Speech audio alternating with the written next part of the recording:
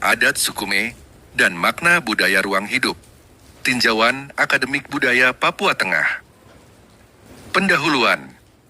Rumah adat Sukume di Provinsi Papua Tengah merupakan salah satu warisan budaya Nusantara yang memiliki nilai antropologis, sosial, dan filosofis yang sangat tinggi.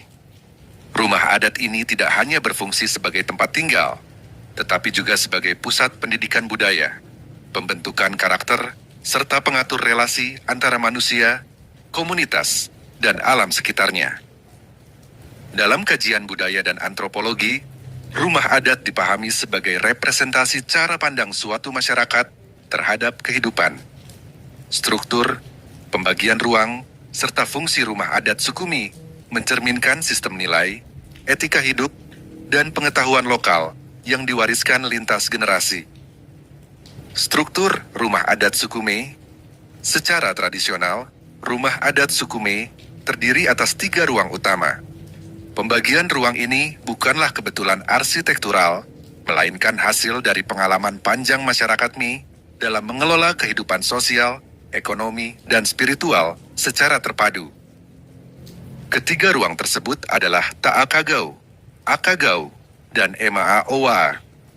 Masing-masing ruang memiliki fungsi praktis sekaligus makna simbolik yang berkaitan erat dengan tahapan kehidupan manusia. 1. Taakagau, ruang dasar kehidupan.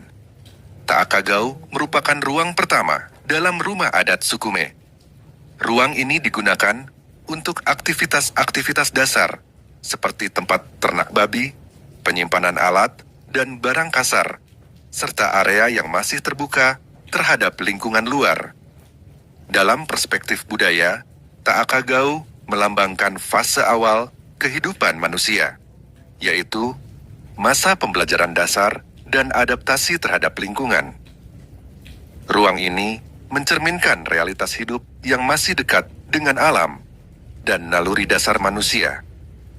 Secara simbolik, Taakagau menggambarkan tahap pembentukan disiplin, pengenalan aturan hidup, serta proses belajar membedakan mana yang bermanfaat dan mana yang merugikan bagi komunitas. Oleh karena itu, ruang ini sering dipahami sebagai tempat pendidikan awal nilai-nilai kehidupan. 2. Akagau, ruang kedewasaan dan produktivitas.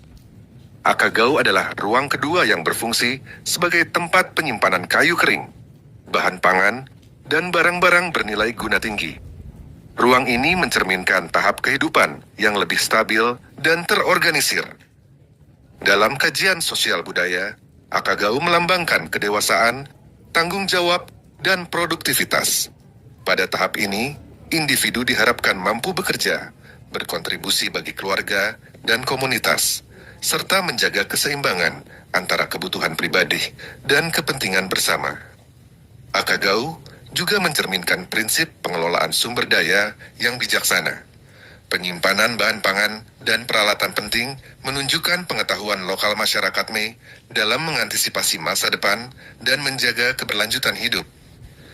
3. Emaa-Owa, ruang inti dan kehormatan sosial. Emaa-Owa merupakan ruang terdalam dan paling terlindungi dalam rumah adat Sukume. Ruang ini dikenal sebagai tempat tunggu api dan biasanya diperuntukkan bagi kaum laki-laki dewasa. Dalam perspektif antropologis, Emaa-Owa melambangkan puncak kedewasaan sosial dan kehormatan. Ruang ini menjadi tempat pengambilan keputusan, pewarisan nilai, diskusi adat, serta pembentukan kepemimpinan.